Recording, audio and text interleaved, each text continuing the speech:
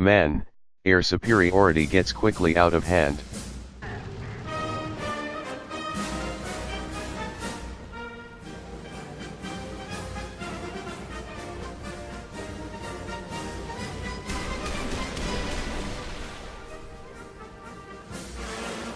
Huh, turns out that myth was true all along. Welcome back to the channel, lads and ladies, and welcome to a rather outstanding match in American 6.3 Ground Forces Tank RB. And this lineup should be very familiar to viewers of the channel, but I definitely saw some things come together nicely here. A few things I can talk about and share with you, so it's certainly worthy of its own video. We start off deciding to take out the M18 Super Hellcat.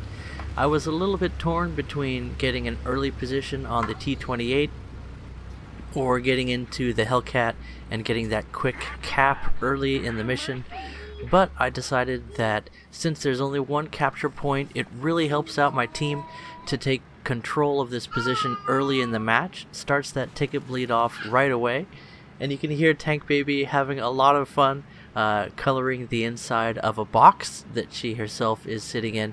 And Tank Mommy is also here with us, and you might hear her cleaning up the house while I'm recording this video. What? I never said I was a good daddy. I'm a work in progress. Okay, I did some helping, I promise. So we're here rushing into the capture point, and in this village environment with all of these walls of cheese and houses you can shoot through, there are some clear advantages to a person that keeps their wits about them and spots an enemy before he spots them. In this area, your main avenue of attack is directly where you see me facing now, with the turret looking around, peeking around these buildings as I capture the point. I don't expect anyone to be here, but a Sonderkraftfahrzeug could definitely have the mobility to get into this position, and if there are any 6.7s, RU-251 is definitely a menace. We see some antennas around that wall, so we push through, getting into a position we don't expect to be spotted here. Switch to binoculars, line up the shot, wait for it, and beautiful, right through the whole cheek armor of that Japanese quote-unquote medium tank, and then we get quickly taken down by a Panther up on the ridge. That's to be expected. Advancing from the position I was is a good way to get yourself killed. We decide to fly some CAS real quick just because somebody mentioned how effective air power can be, and I felt like demonstrating. And as you saw from that clip at the beginning of the video, that's exactly what's going to happen. So let's talk about how we set that up. One of the things that I enjoy doing when I have clear skies, as you see me checking the enemy spawn area for aircraft right there, and also listening, you can hear most props by this point if they spawn in. One of the things I like to do is to perform my attack runs side on to the advance of the enemy so that I can get those side shots on enemy tanks. It makes my rockets more effective, it's my preferred method of bombing, and it tends to just give me a little bit more of that surprise factor where people don't see me coming in, and especially when you're facing Americans or anyone who has those roof-mounted anti-aircraft guns, it's definitely helpful as we drop our first bombs nicely on target or close enough for 1,000-pound bombs. That's one of the things I enjoy about the AD2, AD4 series of aircraft. Those bombs can deal some serious damage even without the best accuracy. As we come in for a dive bomb here, pulling up in a nice smooth maneuver, and we manage to get the kill again. We were about, 15-20 feet in front of that enemy tank, but it was close enough for Jazz, as we hear Tank Baby complaining about her situation. We'll leave that one to Tank Mom for now. She's taking care of her. And we're taking care of that enemy tank. we've talked about that tank destroyer recently in the past, the Panzer 470 tank destroyer, very effective vehicle. And now we're back to base to refuel and rearm. We hear a fighter on our 6. Our only chance, since he is catching up to us, is going to be to turn and try and engage as the video gets a little bit jumpy because we clipped that that video after getting the triple strike in the 84. As he comes in, he easily dispatches us. Not a big surprise when you have every advantage on the 84. So we are done in the skies for now, but that's just fine.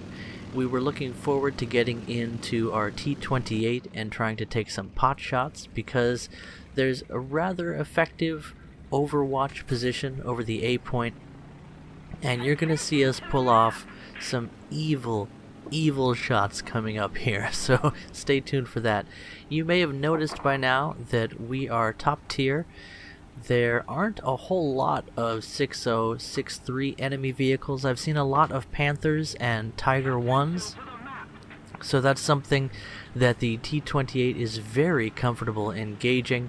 They're also rather susceptible to CAS, as the ammunition is stowed just above the tracks on the sides of the Panther and the Tiger, so that a rocket hit in the track area can often splash up and ignite those ammunition supplies. A good note to those of you that are looking to take down those vehicles with rocket CAS.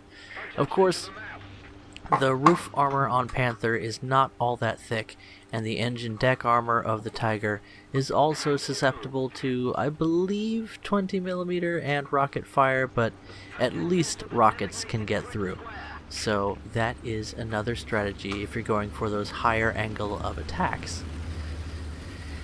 And we definitely have time to talk for a while here, as the T-28 is not the fastest vehicle to get to position, but once you put yourself in place, you can lock down territory. And as far as vehicles in the game that can perform in this role, the T-28 is probably the most effective of its class. You sit yourself down, you get those wicked shots, as that Tiger was just completely exposed, and there was really nothing he could do at that point. He was just in the wrong place at the wrong time. And we're gonna get even more diabolical after this. We're gonna make heavy use of the binoculars, as you can see, a lot more effective at spotting targets in this this village environment with all this soft cover to hide behind. We'll often line up a shot with the binoculars, and then we hold down left click once we're where we want to be, and when we switch out of bino view, the gun will immediately fire. I've also left a little bit of a surprise for you that I haven't talked about yet in this video. Not a big deal, but we'll get to that. Look at that shot. Look at that evil shot. Spotting the target with the binoculars, lining up the gun, and with this high velocity 90mm cannon, there's almost no bullet drop at the ranges that we're firing. We can just point, click, delete. Now, see that smoke column? Is that enemy dead? Well, he is now. Like I said, just absolute wickedness in this video. I was randomly paired up with a squad mate, and Mr. Green name tag was doing well in this match as well. He actually ended up picking up 10 assists, which is pretty crazy, so that was kind of awesome. And overall, it was just a very enjoyable match to play. Everything really came together for my 6-3 lineup. The AD4 was firing on all cylinders. We were really efficient with that flyout. Perhaps we could have gotten more kills with our rockets if we'd fired them individually, but I've found that to be less likely than just going full barrage when it comes to those HVARs and rolling the dice as many times as you can, as they tend to be somewhat RNG. And I'm not really averse to that when it comes to rockets. I do remember the days where 14 rockets meant you would get 5 to 7 kills. And I'm honestly okay with the game moving on from that point, especially now that you have things like the F4U7, where you have 114, I think, is the number of rockets. So, only 50 kills. It's not a big deal. Yeah, it's better that the rockets don't one-shot kill things the way they used to. And here's that little extra surprise. We hear an aircraft coming in. Oh, no, never mind. False alarm. We switch to the anti-aircraft gun, and interestingly, the main gun goes into a full upward orientation when we switch to anti-aircraft control, and I don't really like that. It takes a while for the barrel to move up that far, and thus it takes 2 to 3 seconds for it to press back down into the appropriate position. Even if I say mean things at it, it does take a while for that depression to happen. And, oh, there's some gunfire. Can we find a target? Line up with the binoculars? And maybe not. Difficult to spot targets in this environment, but, well, somewhere around that tree, maybe. I can't see all that well with the setup that I've talked about that before. Tank Baby, you are being adorable. You are precious. She said, Abba. She's talking about apples. So we're controlling the AA again. A nice critical hit on, looks like a BF-110. I really enjoy the different models of BF-110 you see in the game. Adjusting our lead, full fire, and we managed to take him down from a reasonable range. As I mentioned, the AA guns mounted on the top of almost every American tank in this game can be quite effective, even against something as heavily armored, as it were, as the BF-110. We did get a bit lucky there, but I like to think that our aim was pretty good as well. Anyway, that was very satisfying. So moving on, again, does take time. It's sort of a balancing act when you're in T-28 between finding the right position and not exposing your flanks, because they are very, very susceptible to dying from side shots, as the upper and lower side armor is only 50 millimeters at any point. So that is a serious limiting factor as we just completely eliminate another German heavy tank. That hurts. Those spawn points are not coming back anytime soon. The cap zone has been contested time and again between ally and enemy. The victory points are just about even at this point, so I'm really rooting for my side, and I feel the need to get closer to the battle. But again, T-28 takes its time doing everything.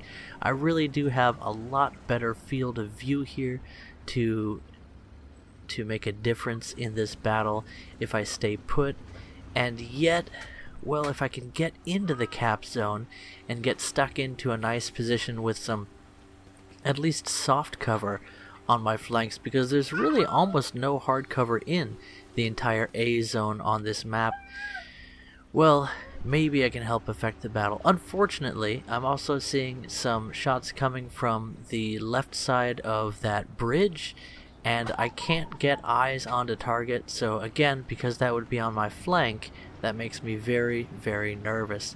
The T-28, an interesting balance between frontal armor and very weak flanks. Definitely an interesting vehicle to play at 6.3. Could it exist just fine? I see the smoke of the gunfire from that enemy vehicle, but he's just not peeking out enough for me to take a shot, even at his cannon barrel. And with the long reload on T-28's 2-part ammunition main gun, it's not the best decision to take a speculative shot. You really want to know you're going to cripple or destroy an enemy with each shot you make, otherwise you can find yourself quickly crippled yourself, as the T-28 has a very large muzzle brake. If you ever see one of these creatures in the wild, if it's facing you and they've just fired their gun, feel free to poke up take a shot at that muzzle brake and take down their cannon. It's a 30-second repair, and that can give you enough time to get a flanking shot or take out a track and then flank the T-28. I wouldn't recommend aiming for the top cupolas, even though they are a possible target. It's very difficult to take down a T-28 or a T-95 for that matter, being on the same chassis, through those shot traps. Much more difficult than it used to be. They were almost magical before. As long as you hit one, it was almost a guaranteed instant kill. Now, not so much. Of course, we're talking with APHE. If you're firing solid shot, you have even less chance of dealing critical damage, although a massive cannon like the M103's 120mm derp gun firing some solid shot can have some appalling spalling, even taking down the engine. It's not really likely that you're going to face a T-28 with that kind of vehicle, although I suppose there's some French equivalents that you could have with their solid shot. Anyway, we talked long enough. We're just about to make it into the A point. Our team has already recaptured the zone. Things are looking good for us, and the match is starting to wind down. We've definitely had a good match. What's behind that house? Can we can we get through the entire house? No, not likely. Some of these somewhat larger houses have a rubble pile modeled in the middle of them, making it difficult to squeeze a shot through that indestructible object, but you never know. Every now and then you can get lucky. I have no idea what range that enemy target was at, but we're definitely at the point in the battle where it's aircraft flying overhead, enemy AA opening up, and not a whole lot else happening. And look at that huge crater. Was that from the bomb I dropped earlier in the match? That's pretty cool. Looks like a whirlwind. We'll try and close with him to seal the deal on, what would it be, our 10th kill if we can manage to take this guy down? We've had a good match. An aircraft, 3 ground targets in the... Oh! Nice shot into the cannon breech and cannon of that Panther. Again, he really didn't have a chance to counterattack us at all. Lining up the shot through the house. Now we're just waiting for the reload, aiming for the weak side armor, and he gets taken down by an ally for, what is this, our first assist for the match? Good thing we're not going for assists anymore. Actually, our special task is to get, it's like 20 some kills in SPGs, so we are doing well with the Super Hellcat counting as an SPG, as well as obviously the T-28, the archetypical SPG. Match is just about to end. There's the Warbly Boy, and end of the match glitchiness means that we're not even going to be able to get that shot off in the post battle second. So all in all, a great match. 9, I think, almost 10 kills. If we had just a couple of seconds more, very likely we would have taken down that Warbly Boy as well.